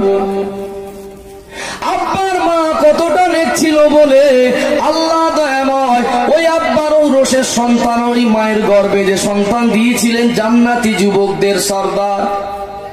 তাহলে প্রথম নম্বরে দিলাম ইমাম বুখারী হুজুরের দৃষ্টান্ত, দ্বিতীয় নম্বরে ইমাম হাসান হোসেন হুজুরের দৃষ্টান্ত। এবার এদিকে এসেছি বাচ্চার মায়ের কোলে, বাচ্চার নাম রাখা পর্যন্ত ভুল, এবারে এক কদম আগান। বাচ্চা একটু বড় হলো, শরিয়াত বলছে ওই বাচ্চাটাকে কথা বলা শিখলে আল্লাহ বলা শেখাও। শরিয়াত কি বলছে? আল্লাহ বলা শেখাও। বাচ্চাকে কোলে নিয়ে, যে বাচ্চাটার কোনো গোনা নেই, নিষ্পাপ বাচ্চা, আমার ঘরের মায়েরা দোলনায় দোলা খায় আর গান বলে না? বলে না? বলে। তবে হাওড়া জেলার মায়ের একটাও গান বলে, গজল পড়ে আর কোরআন পড়ে। কি ঠিক বলছি তো নাকি? হ্যাঁ, সব গজল পড়ে আর কোরআন পড়ে। আপনার ছোট বাচ্চা, এই ছোট বাচ্চারা শরিয়াত বলছে একটু কথা বলা শিখলে তাকে আল্লাহ বলা শেখাও, কলেমা শরীফ পড়া শেখাও। আল্লাহ বলে, বান্দা বান্দি দেখো দুনিয়ার বুকে তাকিয়ে আমি আল্লাহ অনেকের ঘরে সোনার মানিক বাচ্চা দিয়েছি বটে, ওই বাচ্চাটা দুনিয়ার বুকে কথা বলতে পারে না। বোবা বাচ্চা আছে না নেই? আল্লাহ বলে, বান্দা ওরে আমার বান্দি, আমি আল্লাহ যদি চাইতাম তো সোনার মানিক বাচ্চার কথা বলার শক্তিটা নাও দিতে পারতাম।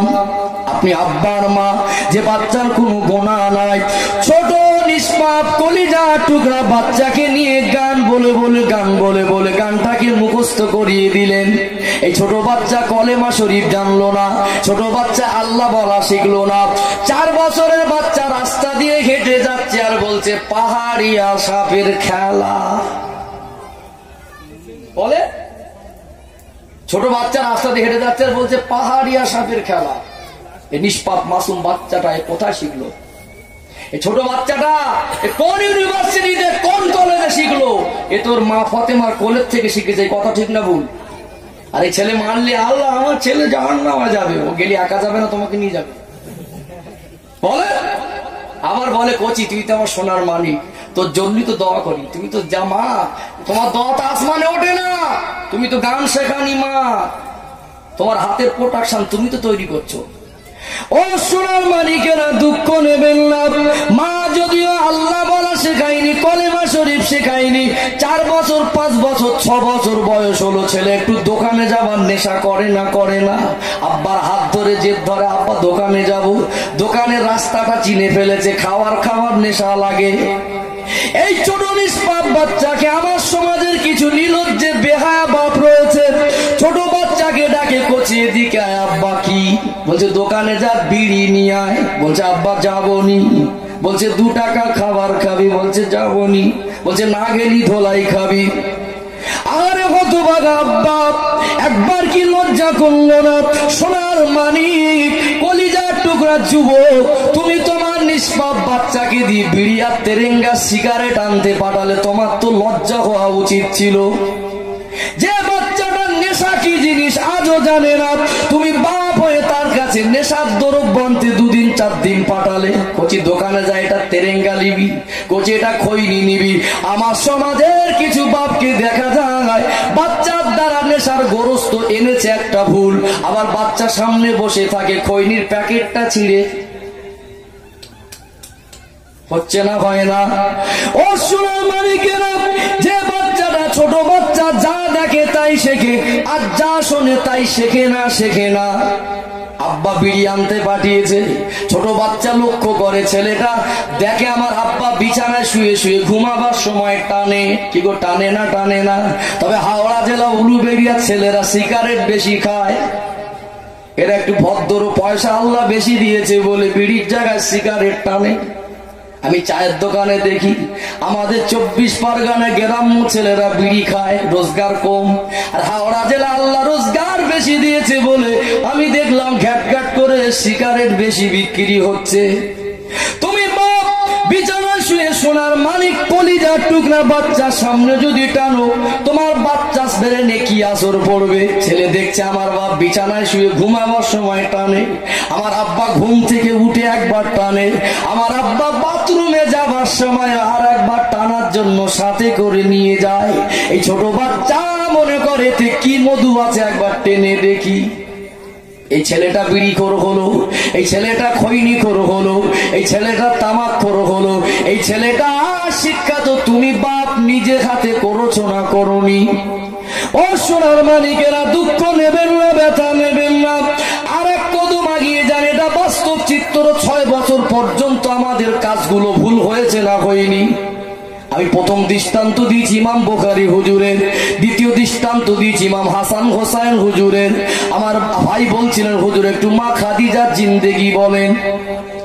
যে ফাতেমা ছিলেন শ্রেষ্ঠ মা, আল্লাহ নবী সোনা জবানে বললেন, ও ফাতিমাতু সাইয়্যিদাতু নিসাই আহলিল জান্নাহ।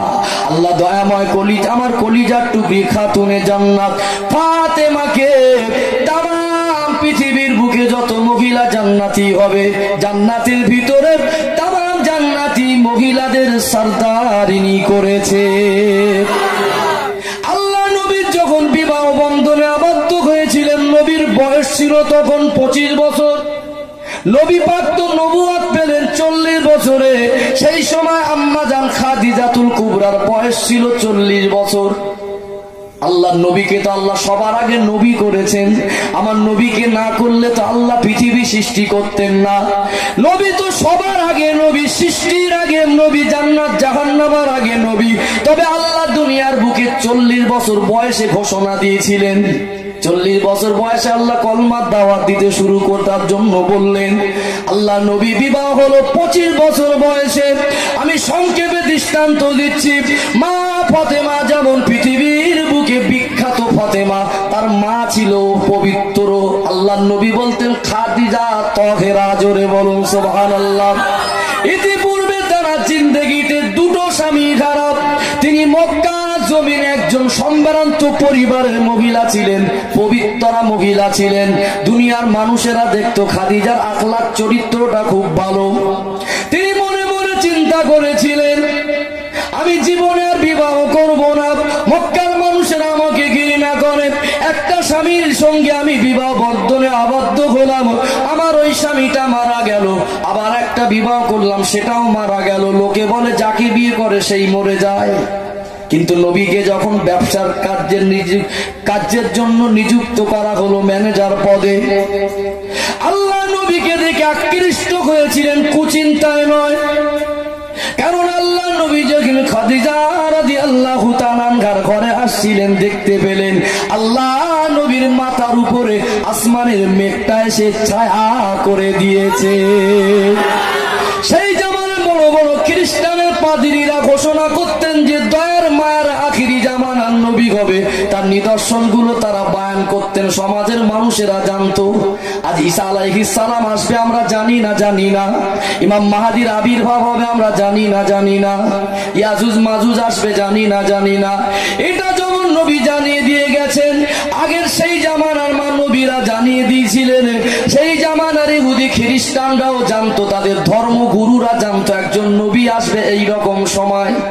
আল্লাহ নবীকে নবী বলে আম্মা জান খাদিজা চিনতে পেরে গিয়েছিলেন। আল্লাহ নবীকে বিবাহের প্রস্তাব দিলেন। নবী আমার বললেন, আমার গার্জেন, আমার চাচা আবু তালেব, আল্লাহ আমার নসিবটা এমন করেছেন, মায়ের গর্ভে আমি আব্বাকে হারালাম। আমার আব্বা জানের মুখটা আমি দেখতে পেলাম না। আমার মা জননী আমাকে বেশি দিন দুনিয়া আদর করতে পারিনি। 4টে বছর বনু সাদ গোত্রের তায়েফের জমিনে হালিমাতুস সাদিয়ার ঘরে আমি দিন কাটালাম। 4 বছর পরে ঘরে ফিরে 2টো বছর মায়ের আদর পেলাম। আল্লাহ দয়াময় আমার মা মেনাকে 6 বছর বয়সে আমার থেকে ডেকে নিলেন। আমার দাদুর কাছে ছিলাম 8 বছর বয়সে, দাদু চলে গেল। এই 25 বছর বয়স আমার চাচা আবু তালেবের কাছে জীবন যাপন করি। আমার চাচার পরামর্শ ছাড়া আমি নিজে কোনো রায় দিতে পারবো না। আজ আমার সমাজের ছেলে দেখেন, আগে মেয়ে খুঁজতে গেলে জুতো চপ্পল ছিঁড়ে যেত। এখন ছেলের বাপ আর মেয়ের বাপ ভালো কিনে দিয়েছে, কোনো বলা কওয়া লাগে না, বাপ মার অনুমতি লাগে না। পরের মেয়েকে হাত ধরে বলছে, আম্মা তোমার বৌমা। কি গো, হচ্ছে না, হয় না?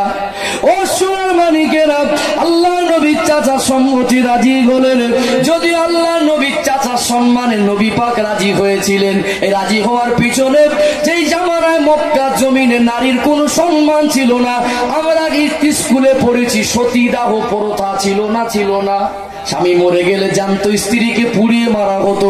আমার দয়াল নবী পৃথিবীর বুকে দৃষ্টান্ত রেখে গেলেন, দুনিয়ার মানুষেরা সর্বপ্রথম বিধবা মহিলাকে বিবাহ করে সম্মানের চেয়ারে বসিয়েছেন আমার দয়াল নবী। জোরে বলুন আল্লাহ নবী যদিও রাজি হলেন, মক্কার অলি গলিতে, মক্কার জমিনে মানুষেরা কান গোজাগুজি শুরু করে, সমালোচনা হচ্ছে।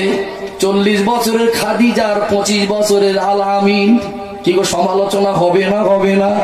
আম্মাজান খাদিজা তগেরা কত নেক ছিলেন, দুনিয়ার বুকে কেমন ছিলেন। আম্মাজান খাদিজা তীক্ষ্ণ বুদ্ধির সঙ্গে কাজ করলেন, সেই জামানার গোত্র নেতাদের দাওয়াত করলেন, ঘরে আনলেন, সবাইকে খাইয়ে দায়ে বলছে তোমরা সমালোচনা করছো। ঘরে খাইয়ে যদি বলে লজ্জা পাবে না? পাবে না? অভাব অনটনের সময় ধনী লোকের বাড়ি যদি খাওয়া দাওয়ার ব্যবস্থা হয়, বলুন তো আজ থেকে 30 বছর আগে কলমাখানি হলে আমার গ্রামের গরিবরা পান্তা খেত না? এটা বাস্তব কথা। ভালো মন্দ খেলেন। আম্মাজান খাদিজা বলেন, ও মক্কা নেতারা, তোমরা সমালোচনা করো, টিটকারি করো, আমি খাদিজার কোটি কোটি টাকার সম্পদ, আর মোহাম্মদ এতিম, দুনিয়ায় অর্থ বলে তার কিছু নেই বলে তোমাদের গায়ে জ্বালা বাঁধছে। আমি ডেকেছি তোমাদের সামনে আমার কোটি কোটি টাকার সম্পদ, আমি আমার মোহাম্মদ দয়ার মায়ার নবীকে সব সম্পদ গুলো দিয়ে দিলাম। জোরে হলো না? আর জোরে বলা যায় না? নারাই তাকবীর, নারাই তাকবীর।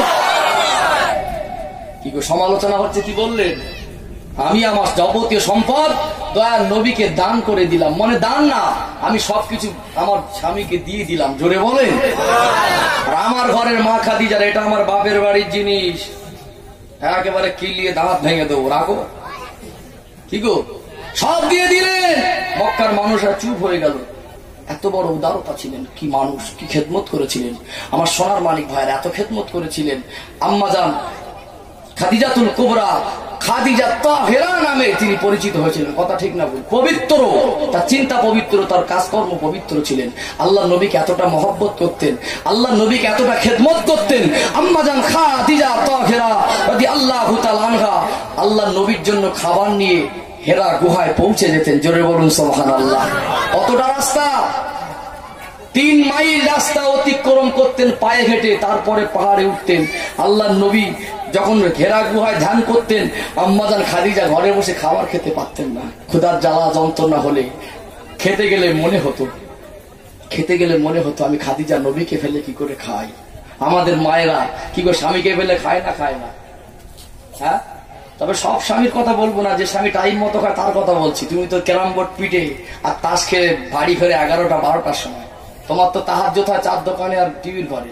বলেন ও সোনার মানিকেরা, আল্লাহ নবী বলেন খাদিজা, আমি দয়ার নবীর একটু নিরালা নির্জুম জায়গাটা পছন্দ। কেননা আল্লাহ পাক ওহী করবেন, এটা আমার নবীর পছন্দ হওয়াটা স্বাভাবিক। নবী আমার ঘেরা গুহায় থাকতেন। আল্লাহ নবীকে আম্মাজান খাদিজা তাহেরা খাদ্য পানিটা দিয়ে নবীর কাছে গুছিয়ে দিতেন। আল্লাহ নবী হুজুর আমার ওই খাদ্য মস্কের পানি শেষ হয়ে গেল, ঘরে ফিরতেন না। আম্মাজান খাদিজা মনে মনে করতেন, আমি দয়ার মায়ের নবীকে যেগুলো দিয়েছি ওগুলো শেষ হয়ে গেছে। তিনি নবীর মহব্বতে ঘর থেকে খাদ্য আর পানি নিয়ে পায়ে হেঁটে হেঁটে আল্লাহ নবীর দরবারে চলে যেতেন। 3 মাইল রাস্তা, কতটা রাস্তা, নিজে পায়ে হেঁটে চলে যেতেন। পাহাড়ের উপরে গুহায় কষ্ট করে উঠতেন। আল্লাহ নবী তখন নামাজে মশগুল থাকতেন। আল্লাহ নবীর পাশে গিয়ে আদবের সঙ্গে দাঁড়িয়ে থাকতেন। আল্লাহ নবী সালাম ফিরিয়ে দিলে আম্মাজান খাদিজা আস্তে করে সালাম দিতেন। জোরে বলুন সুবহানাল্লাহ। আল্লাহ নবী অবাক হয়ে যান, ও বিবি খাদিজা, এতটা পথ পায়ে হেঁটে তুমি মেয়ে মানুষ কত কষ্ট করে কেন আসলে? এই পাহাড়ের উপরে এত কষ্ট করে কি করে উঠলে? ইয়া রাসূলুল্লাহ, হাবিবাল্লাহ, আমি আপনাকে বড় মহব্বত করি, পিয়ার করি। আমি খাদিজা ক্ষুধার্ত, আমি খাদিজা খাদ্য খেতে গিয়ে আপনার কথা মনে পড়ে যায়। ইয়া রাসূলুল্লাহ, হাবিবাল্লাহ, আমি খেতে পারিনি, খাদ্যটা নিয়ে আপনার দরবারে চলে এসেছি। আল্লাহ নবী হুজুর আমার ওই খাদ্য থেকে খুলে তার নুরানি নিখাত দিয়ে খেজুর আর গোস্ত দিয়ে আম্মাজান খাদিজার মুখে তুলে দিতেন। আল্লাহ তোটা খুশি করেন, সন্তুষ্ট হলেন। আল্লাহ দয়াময় ফারিস্তা জিবরাইলকে পাঠালেন, ও ফারিস্তা জিবরাইল চলে যাও, আমার খাদিজা আমার নবীকে এতটা ভালোবেসেছে, আমি খাদিজার উপরে খুশি হয়ে আমি খাদিজাকে আমার তরফ থেকে সালাম দিয়ে দিলাম। আল্লাহ ফারিস্তা জিবরাইল আমিন আলাইহিস সালাম এসে নবীকে সালাম দেন, আসসালামু আলাইকা ইয়া রাসূলুল্লাহ, আসসালামু আলাইকা ইয়া হাবিবাল্লাহ। আল্লাহর নবী হুজুর আমার সালামের জবাব দেন, রাসূলুল্লাহ হাবিবাল্লাহ। আল্লাহ খাদিজার উপরে এতটা খুশি, খাদিজার উপরে এতটা সন্তুষ্ট, আল্লাহ দয়াময় খুশি হয়ে খাদিজাতুল কুবরাকে সালাম পাঠিয়েছে। আল্লাহ নবী যখন এই কথাটা আম্মাজানকে বললেন, আম্মাজান যার যার হয়ে কাঁদে, খুশিতে আনন্দে চোখ থেকে পানি ঝরে। ইয়া রাসূলুল্লাহ হাবিবাল্লাহ, আমি খাদিজা জানি না আল্লাহ সালামের জবাবটা কি করে দিতে হয়, আপনি আমি খাদিজার তরফ থেকে আল্লাহ সালামের জবাবটা দিয়ে দেন। আজ আমার মায়েরা ঘুমিয়ে থাকে, স্বামী এসে পরিশ্রম করে দুবার চারবার আটবার 10 বার ডাকলেও দরজা খুলতে দেরি হয় না। আম্মাজান খাদিজা আল্লাহ নবী আসবেন এই মনে করে দরজার সামনে দাঁড়িয়ে থাকতেন। আল্লাহ নবী যদি এসে আমি খাদিজাকে ডাকাডাকি করে, আমি খাদিজা যদি বিছানায় ঘুমিয়ে থাকি, আমার আল্লাহ দেখবেন নবী দাঁড়িয়ে আর খাদিজা ঘুমিয়ে, আল্লাহ অসন্তুষ্ট হয়ে যাবে। আমার নবীর খেদমতের নিয়েতে দরজার সামনে দরজাটা খুলে আল্লাহর নবীর অপেক্ষায় দাঁড়িয়ে থাকতেন। আল্লাহর নবী গভীর রাতে আস্তে করে দরজাটা খুলতেন, সালাম দিতেন খাদিজা। আল্লাহর নবী সালামের জবাবটা দিয়ে সঙ্গে সঙ্গে দরজাটা খুলে দিতেন। ও বিবি খাদিজা, তুমি ঘুমাওনি এত রাত্রে দাঁড়িয়ে কেন? ইয়া রাসূলুল্লাহ, ইয়া হাবিবাল্লাহ, হুজুর আপনি যদি আল্লাহ রসুল বাইরে থাকেন আমি খাদিজা কি করে ঘুমাই? আমি যদি ঘুমিয়ে থাকি, আল্লাহ রসুল যদি খাদিজার দরজায় দাঁড়িয়ে থাকে, আল্লাহ তো অসন্তুষ্ট হয়ে যাবে। আপনি আল্লাহ রসুলের সম্মান আর তাজিম করার জন্য দাঁড়িয়ে আছি। আল্লাহ নবী বললেন, খাদিজার উপর আল্লাহ তোটা খুশি, আল্লাহ যেমন সালাম পাঠিয়েছে আমি দয়ার নবী জানিয়ে দিলাম, আসমানের নিচে জমিনের উপরে খাদিজা তহেরার মতো আর একটাও মহিলা নেই। এই খাদিজার গর্ভে যে আল্লাহ বাচ্চা দিয়েছিলেন মা ফাতেমা, কথা ঠিক না ভুল? মা ফাতেমা যেমন জান্নাতি মহিলাদের সরদারিনী, তার মা খাদিজা ছিল পৃথিবীর আসমানের নিচে জমিনের উপরে শ্রেষ্ঠ মহিলা। জোরে বলে কি গো, দৃষ্টান্ত বুঝতে পারছেন? আর আমাদের ঘরের মা খাদিজারা কেমন গো, কষ্ট করে আসে স্বামী তখন টেলিভিশনের সামনে, কি গো বলে, বলছে একটু পানি দাও না, বলছে আসে একটু না নীতি বানো, সবসময় হুকুম করো, তুমি তোমার হাতে কি ব্যথা হচ্ছে, নাও না, ঢেলে নাও না, সব সময় এটা দাও ওটা দাও সেটা দাও, তোমার সংসারে আমার সুখ আর হলো না। কি গো বলে না? চলুন, আমি বোঝাচ্ছিলাম, আমি আবেদন করেছিলেন যে একটু খাদিজার কথা বলবেন আম্মাজান, তাই বললাম, তবু দৃষ্টান্তমূলক। তাহলে দৃষ্টান্ত দিলাম, মা পৃথিবীর বুকে আসমানের নিচে জমিনের উপরে শ্রেষ্ঠ মহিলা ছিলেন, আর ওই মায়ের গর্ভে আল্লাহ যে সোনার মানিক দিয়েছিলেন মা ফাতেমাকে, জান্নাতি মহিলাদের সরদারিনী, কথা ঠিক না ভুল? আমি পয়েন্ট তুলেছি, আব্বা মা যদি নেক না হয়, আব্বা মা দায়িত্ব আর কর্তব্য যদি পালন না করে, কখনো সন্তান নেক হবে না, কথা ঠিক না ভুল? এদিকে এসেছিলাম 6 বছর সমাজের চিত্র, তাই তো 6 বছর পর্যন্ত সব ভুল করেছি। 7 বছর বয়স হলো, শরিয়াত বলছেন নামাজের তালিম দাও। কি গো, আমরা নামাজ পড়ার তালিম দেই? বলে 7 বছর বয়স হলো, শরিয়াত বলছে নামাজের তালিম দাও। আল্লাহ দয়াময় কোরআনুল কারীমে বললেন, কু আনফুসাকুম ওয়া আহলিকুম নার, নিজে বাঁচো আহল পরিবার বর্গকে বাঁচাও। বাপ যদি নামাজ না পড়ে ছেলেকে নামাজ কি করে নিয়ে যাবে? শরিয়াত বলছে তোমার ছেলেকে নামাজের শিক্ষা দাও, হাতটা ধরে নিজে নামাজের কাছে দাঁড় করাও, নিজে পড়ো ছেলেকে পড়াও, কথা ঠিক না ভুল? বাপ নামাজ পড়ে, নদী পথে বোর্ডে নৌকায় কিস্তিতে করে পারাপার হতে হয় না? হয় না? দুর্যোগের সময় পাল্টি খেলে বাপ হাবুডুবু করে যদি পানি খায়, তার বাচ্চাকে বিবিকে কি করে বাঁচাবে? আসলে বাপই নামাজি না, তার ছেলে কি করে নামাজি হবে? ও সোনার মানিকেরা, ও হাওড়া জেলার সোনার মানিক যুবকেরা, মুরব্বীরা, মায়ের একটু উপলব্ধি করার চেষ্টা করেন। শরিয়াত বলছে 7 বছর বয়স হলো নামাজের তালিম দাও, ওই বাচ্চাকে নামাজ শিক্ষা দাও। 10 বছর যখন বয়স হয়ে যায়, ওই বাচ্চা যদি বলে নামাজ পড়বো না, তাকে তুমি আব্বার মা মারতে পারো। একটা ছোট দৃষ্টান্ত পেশ করি। বসিরহাট সংলগ্ন খোলাপোতা জমিনে একজন আল্লাহর ওলির মাজার রয়েছে, বজলুর রহমান দরগাপুরি রহমাতুল্লাহ আলাইহি। ও সোনার মানিকেরা, এই ছোট বাচ্চারা একটু খেলা প্রিয় হয়, বন্ধুদের সঙ্গে খেলায় মশগুল হয়ে গেলেন, নামাজের টাইমটা পার হয়ে গেল। ঘরে ফিরে মাকে ডাকছে, মা ও মা খেতে দাও, মা খেতে দাও। বজলুর রহমান হুজুরে মা জননী ঘর থেকে বেরিয়ে আসলেন। বেরিয়ে এসে বজলুর রহমান হুজুরের দিকে চোখটা দেখিয়ে বলে, বজলুর রহমান নামাজ কি পড়েছো? আল্লাহর ওলি বলেন, আমি চুপ হয়ে গেলাম। আল্লাহর ওলি বলেন, আমার মা জননী আমাকে শুনিয়ে শুনিয়ে বলে, ও বজলুর রহমান, তোমার মা দর্শনের মতো মা নয়, তোমার মা তো বেনামাজিকে ভাত দেয় না, তুমি নামাজ কেন পড়োনি? কানটাকে ধরো, মাথাটা ঘাট করো। আল্লাহর ওলি বলেন, আমি মায়ের আদেশ পালন করার জন্য কানটা ধরে মাথাটা ঘাট করলাম। আমার মা জননী একটি ইট নিয়ে আমি বজলুর রহমানের পিঠে চাপিয়ে দিল। আমার দুটা চোখ থেকে টপ টপ টপ টপ করে পানি টুসা গড়িয়ে যায়। আমার মা জননী আমার চোখের পানি দেখে আমাকে বলে, বজলুর রহমান নামাজ কি কাজা করবে?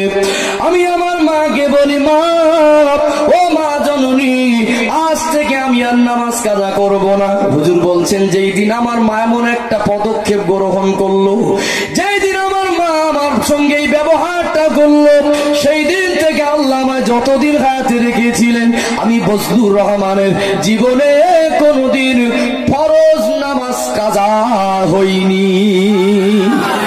আর দুঃখ লাগে, বজলুর রহমান হুজুরের মা নেক ছিল না? ছিল না। মা নামাজ শিক্ষা দিয়েছিলেন। আমার সমাজের কিছু মাকে দেখি, দুঃখের সঙ্গে বলছি, এখন বর্তমান জামানে আমাদের ছেলে মেয়েকে ইংলিশ মিডিয়ামের একাডেমিতে পড়াচ্ছি। 7 বছর 8 বছরের ছেলে মেয়ে কষ্ট করে স্কুল থেকে ঘরে ফিরেছে, মাকে ডাকে, মা ও মা ভাত দাও। মা বলে, অত বড় হয়েছি খুলে কাঁদি পারিসনি, মা তুমি কি করছো? মাকে দেখা যায় তখন সিরিয়াল দেখছে।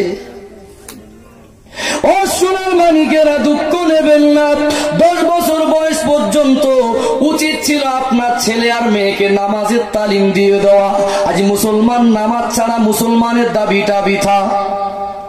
এই নামাজ পড়তে গেলে কোরআন পাক যদি না জানেন, নামাজ কি হবে? কোরআন পাকের ভিতরে কেরাত পড়া, কোরআন পড়া নামাজের ভিতরে ফরজে আইন। যদি একটাও সূরা মুখস্থ না থাকে, কোরআন পাক যদি পড়তে না জানে, ওই ব্যক্তির নামাজের একটা ফরজ ছুটে যাবে, নামাজটাই হবে না। কি কথা ঠিক না ভুল? আপনার উচিত ছিল, নবী বলেছেন, যদি কোন দুনিয়ার মানুষ কোরআন পাক পড়তে না জানে, আমি দয়ার নবী জানিয়ে দিলাম, ওই দিলটা হলো অন্ধকার। যে বাচ্চার গোনা নাই, আপনি আব্বার মা যদি কোলে করে নিয়ে গান না বলে, আপনি আব্বা যদি বিড়ি সিগারেট আনতে না পাঠিয়ে, আপনি আব্বার মা যদি এই 7 থেকে 10 বছরের ভিতরে নিজে নামাজি হতেন, বাচ্চাকে সিরিয়াল টিভির পর্দায় না বসিয়ে, নোংরা ছবি না দেখিয়ে কোরআনের আলোটা তার অন্তরে জ্বালিয়ে দিতেন। ও মা আব্বা সোনার মানিকেরা, আপনার বাচ্চাটা যদি কোরআন পাক পড়তে পারত, 10 বছর আগে তো গোনা লেখা হয় না। আপনার ওই সোনার মানিক কলিজার টুকরা বাচ্চার অন্তরে কোরআনের নূর যদি জায়গা পেয়ে যেত, আমার মনে হয় আপনার বাচ্চা নামাজি হয়ে যেত। কি বুঝতে পারছেন কোথায় ভুল করেছি?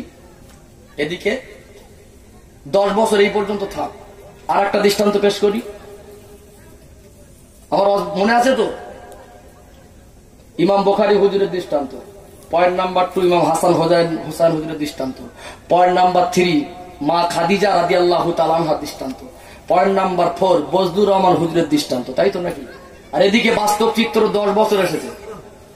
একটা করে দৃষ্টান্ত দিচ্ছি, একটা করে বাস্তব চিত্র এক ধাপ করে আগাচ্ছি। আমার আলোচনা বুঝতে পারছেন তো? আর একটা দৃষ্টান্ত পেশ করি। এই 10 বছর থাক, আমরা 10 বছর পর্যন্ত মোটামুটি ভুল করেছি সব। 10 বছর থাক, আর একটা দৃষ্টান্ত পেশ করি। আমার বাবাজি বলছেন, হুজুর একটু বড় হুজুরের জীবনী বলবেন। যে কটা আবেদন করেছেন আমি বলি সব আজাজ করে দেবো। আবেদন যখন হয়েছে ইনশাল্লাহ ছাড় যাবে না, সেই দিকে তাকিয়ে এই দুধটা ধরেছি। বড় হুজুরের জীবনীটা হয়ে যাক। আমার ভাই বলছেন হুজুর খাদিজার জীবনী, যেহেতু সবার তো মন রাখা যায় না, কি গো যায়? হ্যাঁ, একটা লুটের উপরে বক্তব্য করতে হয়। এবার একটু বড় হুজুরের জীবনী বলি, যতটুকু আবেদন করেছে ইনশাল্লাহ এর ভিতরে বলেই দেই। ও সোনার মানিকেরা, ও আমার মুরব্বিয়ান আব্বা জানেরা, ও হাওড়া জেলার তরুণ যুবক সোনার মানিক ভাইয়ের একটু উপলব্ধি করেন, বড় হুজুরের জীবনী দেখেন। পৃথিবীর জমির যত ওলি এসেছিলেন, তাম পৃথিবীর ওলিদের ভিতরে শ্রেষ্ঠ ওলি বড় পীর সাহেব বড় হুজুর, কথা ঠিক না ভুল? পৃথিবীর বিখ্যাত যমন ছিলেন, তার আব্বার মা ছিল পৃথিবী বিখ্যাত, কথা ঠিক না ভুল? তার আব্বার আমল দেখেন, ক্ষুধার তাড়নায় ক্ষুধার জ্বালা যন্ত্রণায় নদীর ধারে গাছের তলায় বসেছিল, একটা আপেল ফল ভেসে যাচ্ছিল, ক্ষুধার তাড়নায় জ্বালা যন্ত্রণায় ওই আপেল ফলটা খেয়ে ফেলেছে বটে, কিন্তু নিজে স্থির হতে পারছেন না। খাবার পরে মনে হলো কার গাছের আপেল ফল, আমি খেয়েছি বটে, এটা আমার জন্য হালাল না হারাম? আমরা গলা সমান হারাম খেয়ে মনে হয় আটটু দিলি ভালো হয়। ঘুষ খাচ্ছি তা গোপনে 10,000 আর 2,000 দিয়ে। ও সোনার মানিকেরা, একটা সামান্য আপেল ফল নদীতে ভেসে যাওয়া ফলকে মনে করলেন আল্লাহ যদি আমায় জিজ্ঞাসা করেন আপেল ফলটা খেয়েছিলে কার বাগানের ফল, ওই রাস্তা ধরে চলে গেলেন, আপেল বাগানের মালিকের বাড়ি পৌঁছে গেলেন। আপেল বাগানের মালিককে গিয়ে বলেন আমাকে মাফ করে দেন, একটা আপেল ফল ক্ষুধার তাড়নায় ভেসে যাচ্ছিল, খেয়ে ফেলেছি। আপেল বাগানের মালিক ছিলেন আল্লাহওয়ালা মানুষ, জোরে বলুন, আরো জোরে বলেন। তিনি চিনতে পেরে গিয়েছিলেন এই ছেলেটা আর 10টা ছেলের মতো নয়, লোকটা আপেল ফল চুরি করে খায়, আর এই ছেলেটা ক্ষুধার তাড়নায় খেয়ে ফেলেছে বলে আমার কাছে ক্ষমা চাইতে এসেছে। তিনি তাকে একটু পরীক্ষা করার জন্য একটু জেদ ধরেছিলেন, গোলামি করতে হবে, তুমি পারবে? আল্লাহ ভয় কলিজা এতটা জায়গা দিয়েছিলেন, 12 বছর গোলামি করেছিলেন না করেননি? ও সোনার মানিকেরা, তার আব্বা যেমন নেক ছিলেন, তার একটা আল্লাহর ওলির কলিজার টুকরি মেয়ে ছিল, ওই মেয়েটা ছিলেন পর্দানসিনা। আমি সংক্ষেপে বলছি, বড় পীর সাহেবের মায়ের নাম ছিল মা ফাতেমা। এই ফাতেমা ছিলেন নবীর বেটি, ফাতেমার মতো ফাতেমা। আব্বার মা নেক ছিল বলে আল্লাহ দয়াময় স্রষ্টা আল্লাহ পাক তাদের গর্ভে যে বাচ্চা দিয়েছিলেন, ওই বাচ্চাটা পৃথিবীর হুজুরদের মধ্যে বড় হুজুর, জোরে বলুন, আরো জোরে বলেন। তার মা জননী বাচ্চা গর্ভে রাখা অবস্থায় বাচ্চাকে গর্ভে রেখে কোরআন পাক পড়তেন। তার মা জননী বাচ্চাকে কোলে নিয়ে দোলনায় দোলা দিতেন আর কোরআন পড়তেন। মাদ্রাসায় পাঠালেন কোরআন শিক্ষার জন্য। ও সোনার মানিকেরা, নওজোয়ান তরুণেরা, কোরআন পাক শিক্ষা দেবের ওস্তাদ হুজুর বলে আব্দুল কাদের পড়ো বিসমিল্লাহির রহমানির রহিম। আব্দুল কাদের চুপ করে আছে, বলে বাবা পড়ো। ওস্তাদ হুজুরের মুখের পানে তাকিয়ে বলে আমার ওস্তাদ হুজুর, আমার মা জননী আমাকে শিখিয়েছেন আউযু বিল্লাহি মিনাশ শাইতানির রাজিম বিসমিল্লাহির রহমানির রহিম। বলো বাবা আব্দুল কাদের আউযু বিল্লাহ থেকে শুরু করে কোরআন পাক পড়তে পড়তে 18 পারা মুখস্থ পড়ে দিয়েছিলেন। আরো জোরে বলুন। বড় হুজুর বড় পীর সাহেবের মা বাচ্চাকে কোরআনের হাফেজ বানিয়েছিলেন, আর আমাদের ঘরের মা ফাতেমারা গানের হাফেজ বানিয়েছে। রাস্তা দিয়ে যাচ্ছে পাহাড়িয়া সাপের খেলা, রাস্তা দিয়ে যাচ্ছে বলছে তু তু তু তু তু তারা। বলে কি গো, ভুল হচ্ছে না? হয় না? ভুল হচ্ছে তো? ফুল বাবা হচ্ছে। দরুদ শরীফ আল্লাহুম্মা সাল্লি আলা সাইয়্যিদিনা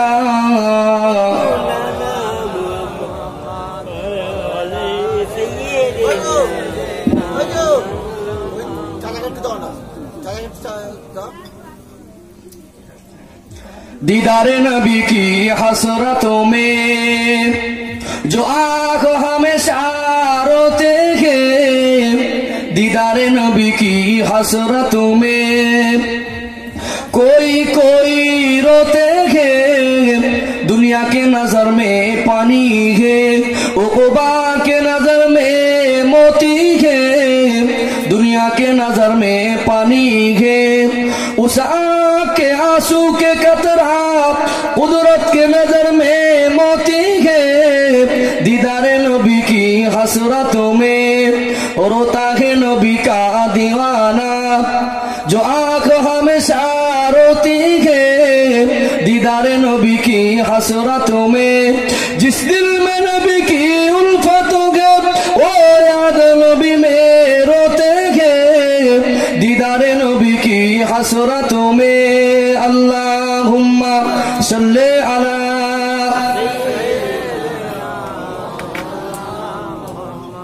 वाला आले सय्यिदना मौलाना मुहम्मद। আমার সম্মানীয় ভাইরা, বড় হুজুর কেবলা দৃষ্টান্ত পেশ করলাম। আমি জাস্ট একটা করে সমাজের চিত্র দিচ্ছি আর এক কদম করে একটা দৃষ্টান্ত পেশ করছি। এতক্ষণ পর্যন্ত শুনে কি মনে হলো? পৃথিবীর বিখ্যাত যারা হয়েছিলেন তাদের আব্বার মা নেক ছিল।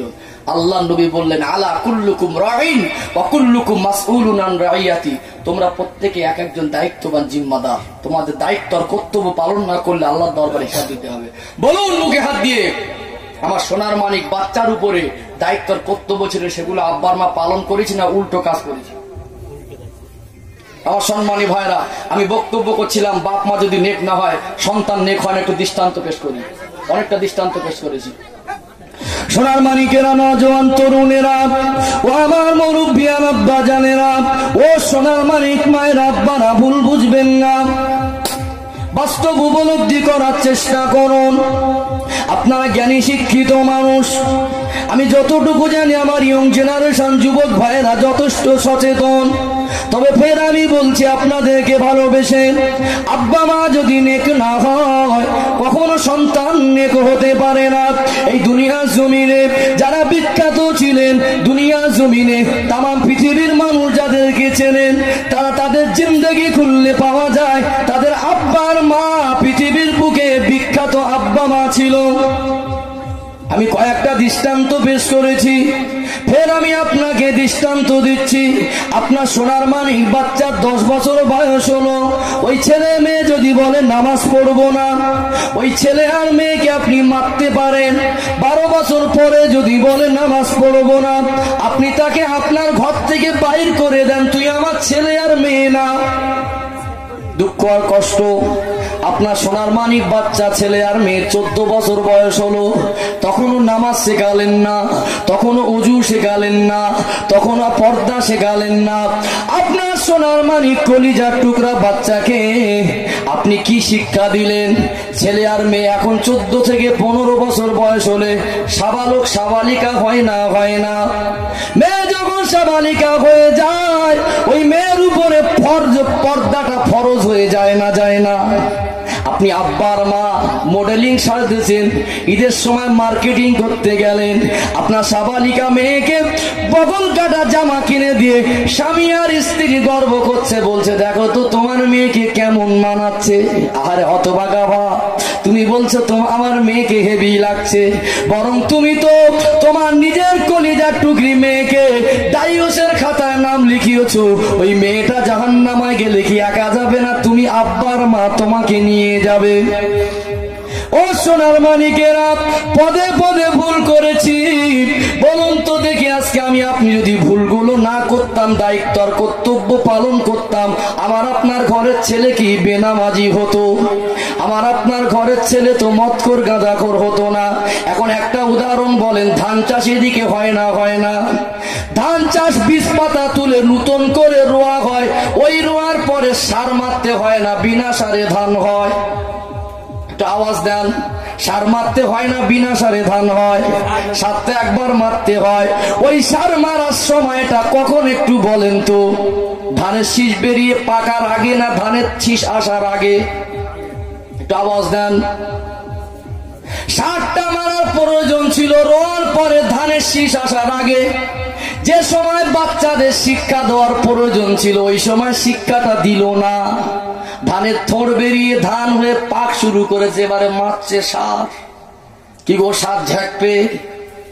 আপনার বাচ্চাকে, আপনার কলিজা টুকরা সোনার মানিক ছেলে মেয়েকে নিজে হাতে ক্ষতি করে 18 বছর বয়স হলো, এখন বলছে কচি পর্দা কর। ও সারে কি কাজ হবে? ও তো গন্ডগোলটা গোড়ায়। এখন বলছে কচি নামাজ পড়। কোন ছেলে যদি ড্রাইভিং করতে না পারে, যত দামি গাড়ি দেন দেখে ভয় করবে আর বসতেও চাইবে না। ছেলেটা যদি ভালো ড্রাইভার হয়, কচি গাড়িটা এক পাক মেরে দেখতো। ও যদি মন না চায়, হয়তো একদিন মন চাবে গাড়িতে উঠে চালাতে পারবে। আপনার ছেলে আর মেয়ে যদি কোরআন পড়া শিখতো, আপনার ছেলে আর মেয়ে যদি নামাজ শিখতো, আপনি আব্বার মা যদি শরিয়াতের দীক্ষাটা দিয়ে দিতেন। আর ছেলেকে বলছি নামাজ পড়ো, বলছে নামাজ কি করে পড়তে হয় জানিনি, আর এখান দিয়ে শুনে আর ওখান দিয়ে বের করে। আসলে তো গোড়ায় গন্ডগোল। 7টা মারা ছিল, প্রয়োজন ছিল সময় মতো। ও সোনার মানিকের, আমি এতটুকু আবেদন করবো, আমার যুবক ভাইয়েরা, আব্বা মা হয়তো অবহেলা করে ভুল করেছে। আজ বুঝতে শিখে যদি নিজেই ভুলটা করি, তবু আব্বা আমার দায় দিয়ে কিয়ামতের ময়দানে ছাড় পাবো না। এখন বুঝতে শিখেছি, যখন ছেলে স্বয়ং সম্পূর্ণ হয়, নবী বললেন ওই ছেলে দোষীতে বাপকে দায়ী করা যাবে না, আর বাপের দোষীতে ছেলেকে দায়ী করা যাবে না। এখন বুঝতে শিখেছেন, আমাদের সচেতন হওয়ার দরকার আছে না নেই? ও সোনার মানিকেরা, কোথায় কোথায় ভুল করেছি। জন্মের সময় ভুল, গর্ভে থাকায় ভুল, বাচ্চা ভূমিষ্ঠ হওয়ায় ভুল, ছোটবেলা দোলনায় ভুল, কথা বলানোয় ভুল, 7 বছর 10 বছর 14 বছর বয়সে সব তাদের হকগুলো আমরা ফাঁকি দিয়েছি। আর একটা দৃষ্টান্ত দেব, বাংলার মানুষদের চোখে আঙুল দিয়ে আল্লাহ দেখিয়েছেন, পৃথিবীর জমিন আব্বা মা যদি নেক না হয়, সন্তান কখনো নেক হয় না। আল্লাহ মুজাদ্দিদ জামান দাদা হুজুর পীর কেবলাকে যেমন বাংলার জমিনে শুধু নয়, আল্লাহ পাক তিনি মানব জাতির জন্য মুজাদ্দিদ করে পাঠিয়েছেন। জোরে বলুন। ও সোনার মানিকেরা, তিনি যেমন নেক আল্লাহওয়ালা ছিলেন, তিনি আল্লাহর এই কোরআনুল কারীমের আয়াতের উপরে তিনি আমল করেছিলেন। দাদি আম্মা নেক ছিল বলে আল্লাহ তার 5টা ছেলে সন্তান দিয়েছিলেন। এই 5টা সন্তানকে পশ্চিম বাংলার মানুষ এক কথায় চেনে না। শরিয়াত বলছে পীর হতে গেলে, ওলি হতে গেলে, আল্লাহওয়ালা হতে গেলে আগে শরিয়াতের জ্ঞান অর্জন করতে হয়, হারাম হালালের উপরে পাবন্দি করতে হয়। শরিয়াতের জ্ঞান অর্জন করার পরে তথাপি একজন হাক্কানি ওলি দরবারে যেতে হয় না। পীরের দরবারে গিয়ে ইলমে মারেফাত, তাসাউফের শিক্ষা নিয়ে সবক মশ করতে হয়। পৃথিবীর বুকে যদি মায়ের পেট থেকে ওলি হয়, সেটা ব্যতিক্রম। ওলি তো মায়ের পেট থেকে হয় না। ওলি হতে গেলে শরিয়াতের শিক্ষা ইলম অর্জন করার পরে সুন্নতের পাবন্দি করতে হয়। আল্লাহ চোখে আঙুল দিয়ে দেখিয়েছেন। দাদা হুজুর পীর কেবলা রাহমাতুল্লাহ আলাইহি যেমন হাক্কানি পীর ছিলেন, ওই বাপের ঔরসের সন্তান দাদি আম্মা যেমন নেক ছিলেন, ওই মায়ের গর্ভে আল্লাহ একটা সন্তান দিয়েছিলেন, মায়ের পেট থেকে ওলি। জোরে বলুন, আরো জোরে বলেন। ও সোনার মানিকেরা, হুজুর পীর কেবলা রাহমাতুল্লাহ আলাইহির নাম আপনারা শুনেছেন না শোনেননি? মায়ের পেট থেকে ওলি হয়েছিল। এটা তো দুনিয়ার সিস্টেম না, ব্যতিক্রম। আব্বার মা আল্লাহ ওয়ালি ছিলেন বলে, মার আব্বার অন্তরটা গোনামুক্ত ছিল বলে, ওই পবিত্র মায়ের গর্ভে আল্লাহ পাক নেক বান্দা ওলি বান্দা রুহুটা জাগা দিলেন। দাদা হুজুর পীর কেবলা কলিজার টুকরা হুজুর কেবলা দুনিয়া আসলে বাচ্চা কাঁদেও না, নড়েও না। মার কি মনটা বুঝন দিতে পারে? ও সোনার মানিকেরা, মা বাচ্চাকে গর্ভে রেখে কত কষ্ট পায়, মা বাচ্চা ভূমিষ্ঠ সময় কত কষ্ট পায়। কষ্টের কথাটা আল্লাহ কোরআন পাকে তুলে দিয়েছেন। জোরে বলুন। আল্লাহ বলেন, ওয়াসাইনাল ইনসানা বিওয়ালিদাইহি ইহসানা হামালাতহু উম্মুহু কুরহা ওয়া ওয়াদাআতহু কুরহা। কোরআনুল কারীমের পারা নাম্বার 26, পারার পৃষ্ঠা নাম্বার 2, সূরার নাম সূরা আহকাফ, 2 নম্বর পৃষ্ঠা শেষ অংশে আল্লাহ দয়াময় বললেন, ওয়াসাইনাল ইনসানা বিওয়ালিদাইহি ইহসানা। ও দুনিয়ার সন্তানেরা, তোমরা তোমাদের আব্বার মার সঙ্গে সদ্ব্যবহার করো। আল্লাহ বললেন, হামালাতহু উম্মুহু কুরহা, তোমার মা অত্যন্ত কষ্টের সঙ্গে তোমাকে গর্ভে ধারণ করেছেন। ওয়া ওয়াদাআতহু কুরহা, তোমার মা দুনিয়ার বাচ্চা ভূমিষ্ঠ সময় যে ব্যথা বেদনা, ওই বেদনাটা সহ্য করেছে। বাস্তব চিত্রও দেখেছেন। শ্বশুর বাড়ির থেকে বাপের বাড়ি যাবার সময় হেসে হেসে যায়।